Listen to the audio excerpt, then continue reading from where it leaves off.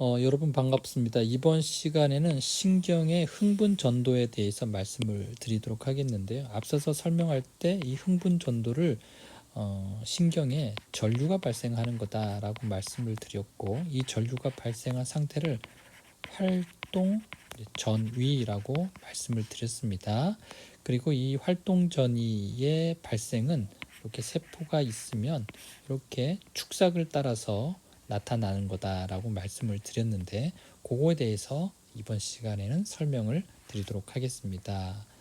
먼저 개요 및 용어 정리인데요. 신경의 흥분 전도라는 것은 외부의 물리적인 자극에 대해서 엑손 힐락에서 발생한 활동 전이가, 즉 스파크, 임펄스를 얘기하는 겁니다. 엑손을 따라서 터미널 버튼, 즉 종말 단추로 이동하여 다른 세포로 그 신호를 전달하는 것을 신경의 흥분 전도라고 이야기를 합니다. 앞서서도 잠깐 설명을 드렸지만 흥분성 조직에는 근육과 신경이 있습니다. 특징은 자극이 없을 때는 아주 안정 상태에 있다가 자극이 오면 전류가 발생하고 또 활동 전이가 발생해서 흥분 상태로 바뀌게 되는 것을 흥분성 조직, 근육과 신경이 있습니다. 흥분이라는 거, 흥분성 조직 세포의 활동 전이, 즉 전류가 발생하는 것을 이야기하는 겁니다. 신경세포에서 흥분 발생은 자극이 되면 신경세포가 이렇게 되어 있으면 신경세포 엑손이 있고 신경세포에 막이 있겠죠. 막. 그래서 그 신경세포의 막이 처음에는 안정 상태에 있다가 두 번째 이 막이 안정 상태가 깨진 거, 그것을 활동 전이라고 얘기를 합니다. 즉 전류가 발생한 걸 얘기하는데, 요거에 대해서 이번 시간에 주된 강의 내용이 이거니까 차근차근 알아가 보도록 하겠습니다. 자, 먼저 자극이라고 하는 것은 수용기에 압정이 찔리는 것 같은 물리적인 힘을 자극이라고 얘기를 합니다. 물리적인 힘을 자극이라고 얘기를 합니다. 물론 코는 화학적 자극이 되겠고 눈은 광학 자극이 되겠죠. 활동 전이 물리적 자극이 전기 신호로 바뀌는 것, 세포를 흥분한 상태로 만드는 세포막 전압의 변화이다. 시냅스, 신경세포의 축삭이 이웃하고 있는 또 다른 신경세포나 근육세포 또는 생과 같은 효과기에 맞닿아 있는 구조를 시냅스라고 얘기한다. 자, 이제 요 용어에 대해서 정의를 했고, 그 용어에 대한 정의에 대해서 자세하게 설명을 하도록 하겠는데요. 먼저 앞서서도 설명했지만 신경에서의 정보 전달, 신경계통에서의 정보 전달 방법은 첫째, 자극이 있습니다. 자극. 두 번째, 피부에 있는 수용기에 이 자극이, 물리적인 자극이 들어갑니다. 세 번째, 임펄스가 생겨서 이렇게 감각신경. 자, 이제는 배웠으니까 기능적으로는 감각신경이고 구조적으로는 거짓 혹극신경세포가 되겠죠. 그것이 이렇게 척수로 들어가게 되는 겁니다. 그러면 여기 사이신경세포가 이렇게 존재를 하게 되고요. 사이신경세포에 의해서 흥분성이 결정이 되면 그 정보가 이렇게 운동신경세포로 전달이 되는데, 기능적으로는 운동신경세포 그리고 날신경이지만 형태학적으로는 묵극신경세포가 되는 것이죠. 그리고 그 정보가 여기 시냅스를, 근육과 신경의 시냅스를 통해서 근육, 즉 효과기에 전달이 되면 비로소 근육이 흥분하게 되면 근육이 수축하게 되고, 그 근육의 수축으로 인해서 자극에 대한 반응이 나타나는 일련의 과정들에 대해서 살펴보았고, 여기에서 어떻게 이런 신호들이 전달이 되는지에 대해서 살펴보도록 하겠습니다.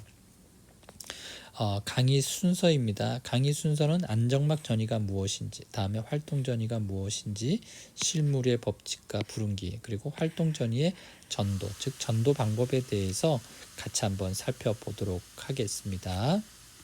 먼저 이제 안정막 전압, 레스팅 멤브레인 포텐셜이 되겠고요. 학습 목표는 다음과 같습니다. 먼저 개요인데요. 안정막 전이는 엑손이 흥분되고, 즉 엑손이라고 하는 것은 축삭이죠. 흥분되기 이전에 신경세포의 상태로 신경세포막에 안과 밖의 이온 농도의 차이에 의해서 분국되어 있는 상태를 말한다 라고 하는 겁니다.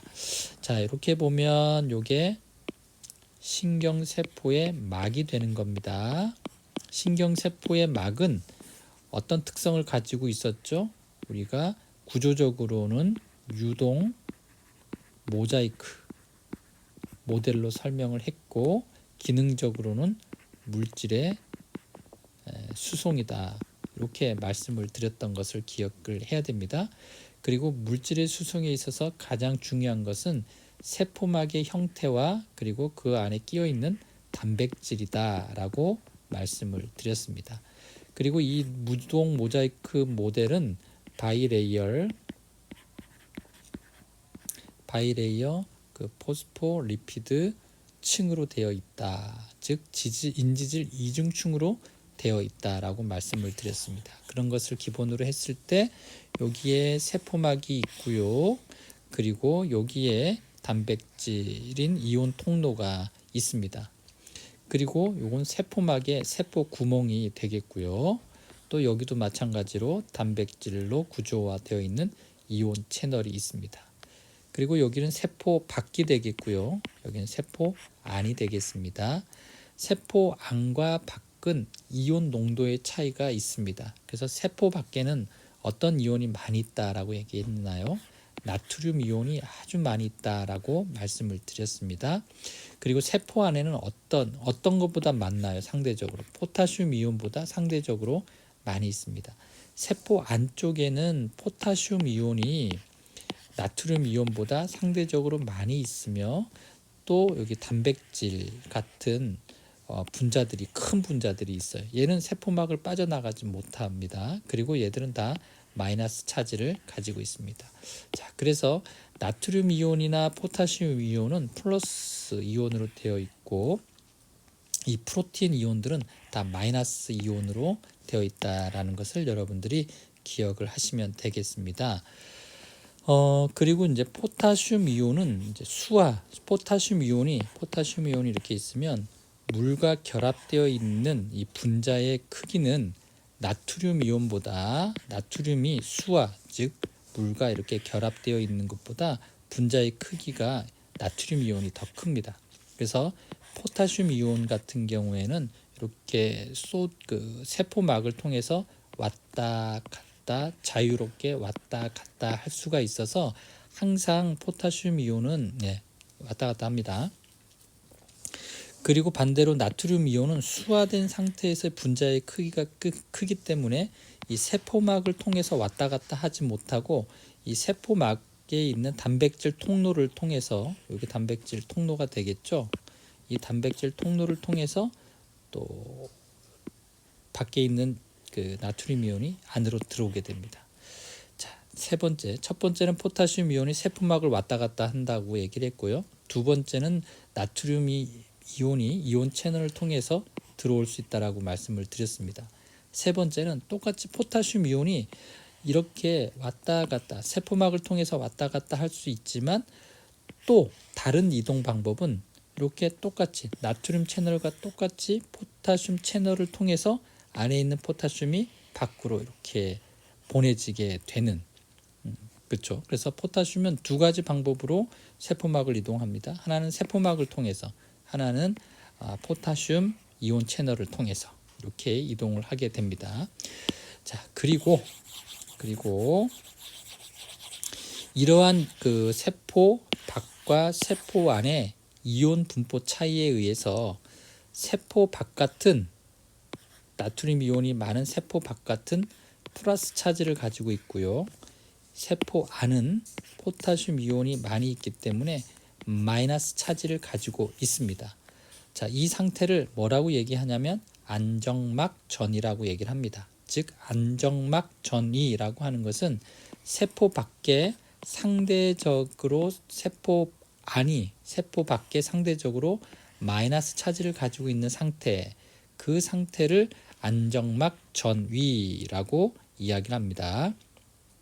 그리고 여기가 플러스로 되어 있고 여기가 마이너스로 되어 있기 때문에 이 상태를 분극이 되어 있다라고 얘기를 하는 겁니다. 자, 그래서 자, 모든 세포는 정기적인 특성을 나타낸다. 이는 세포막 안과 밖의 이온 농도 때문인데 세포 밖은 안은 포타슘 이온과 여러 단백질, 프로틴, 마이너스 차지를 가진 프로틴 이온이 상대적으로 세포 밖보다는 많이 있습니다. 그리고 세포 밖에는 상대적으로 나트륨 이온이 많이 있습니다. 이러한 이온 농도 차이 때문에 세포 안쪽은 음전하를 가지고 있고, 왜요?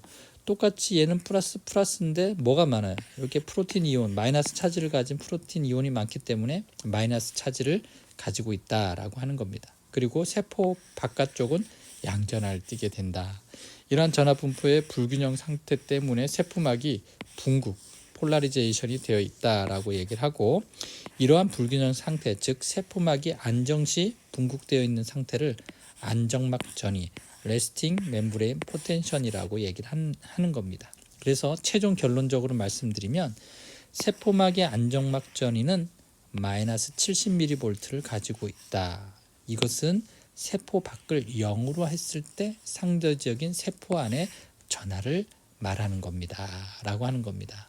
조금 헷갈릴 수도 있지만 정리를 하면 이 세포막은 뭘 띠고 있다? 뭘 띠고 있다? 전류를 띠고 있다. 전류. 즉 정기적인 특성을 띠고 있다. 그리고 첫 번째는 그거고, 두 번째는 세포는 이제 붕국이 되어 있다. 이온 분포가 다르다. 이온 분포. 이 이온 분포가 다르기 때문에 세 번째, 이 세포막을 경계로 붕국이 되어 있다.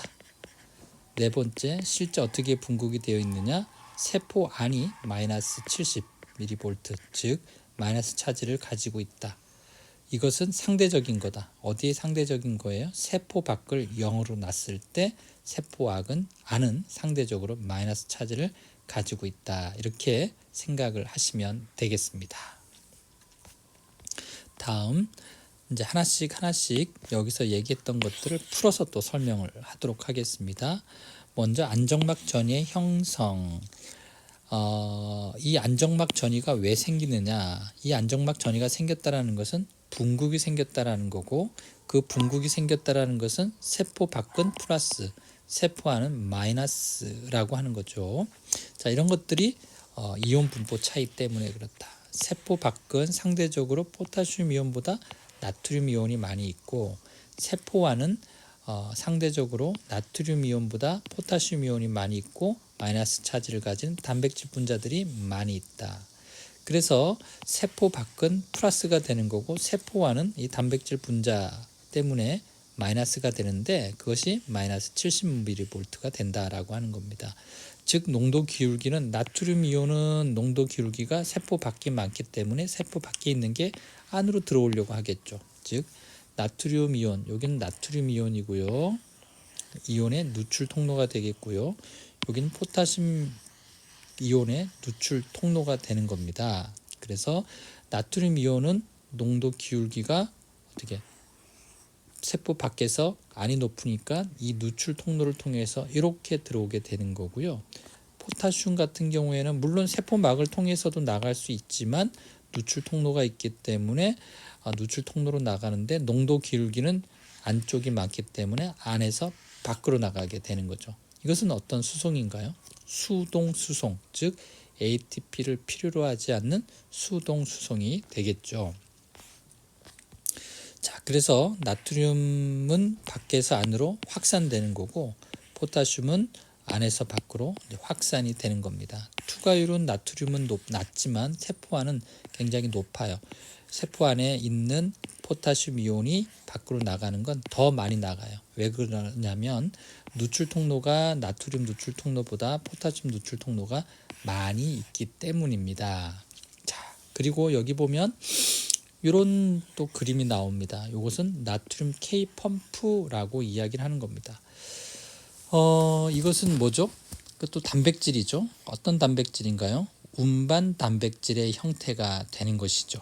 자, 그래서 여기 있는 그 나트륨 이온이 안으로 막 들어오고, 여기 있는 포타슘 이온이 밖으로 막 나가잖아요.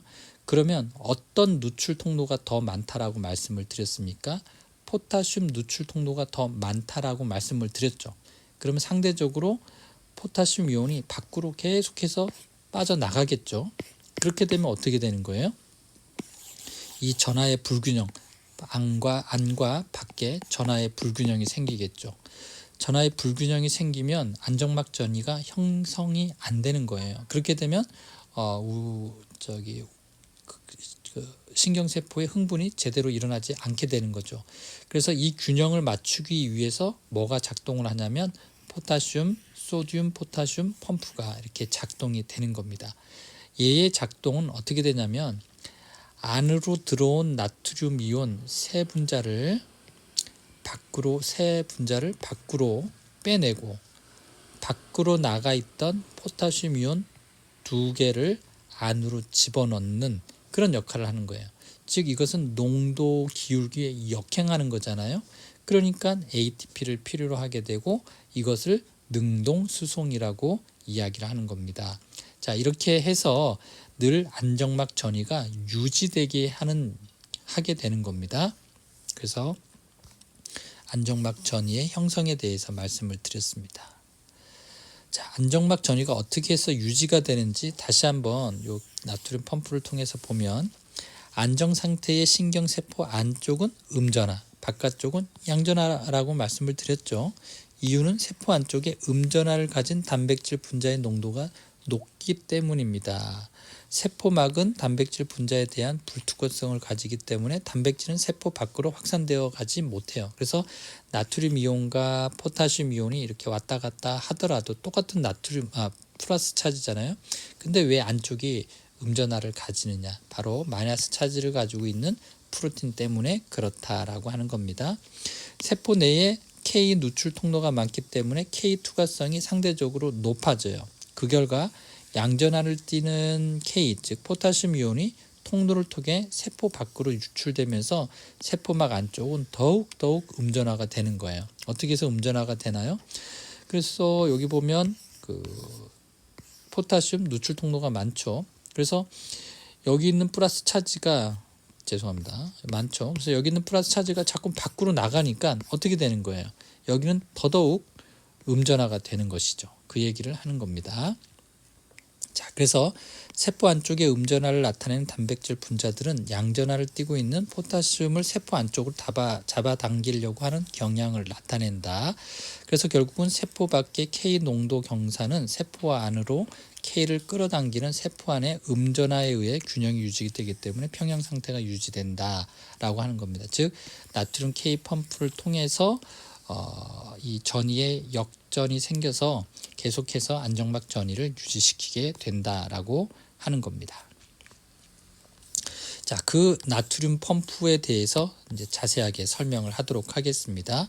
자, 그래서 세포 안쪽에 포타슘 이온과 또 소듐 농도를 유지하기 위해서 나트륨, 소듐, 포타슘 펌프가 작동을 한다. 이것은 뭡니까? 에너지를 소비하게 되고 단백질의 구조를 바꾸어서 이온을 이동시키는 능동수송기가 기전, 즉 운반 단백질을 이용한 거죠. 그래서 나트륨의 누출 통로를 통해 세포 안으로 들어온 나트륨 이온을 세 분자를 밖으로 이동시키고 밖으로 나간 포타슘 이온을 다시 세포 안으로 두 개 분자를 이동시키게 되는 거죠.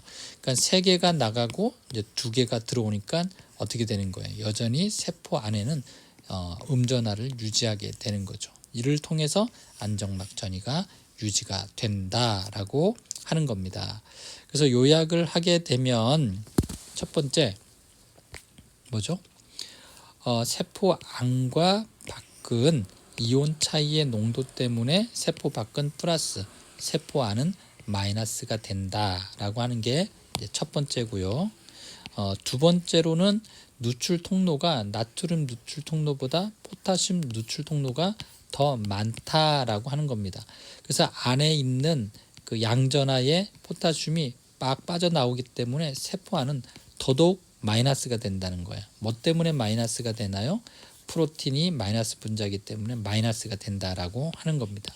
세 번째. 네 번째는 너무 많이 마이너스가 되면 이 평형을 이룰 수가 없잖아요. 즉 안정막 전위를 유지할 수가 없는 거예요. 그래서 뭐가 출동합니까? 네 번째는 소듐, 포타슘 그 채널이 펌프가 작동하게 되는 것이죠. 그리고 다섯 번째, 이 소듐 포타슘 채널은 ATP를 소모하는 능동수송이면서 단백질, 운반 단백질 분자의 형태로 이온들을 이동시키는 거다. 이렇게까지 말씀을 드릴 수가 있겠습니다. 네, 수고하셨습니다.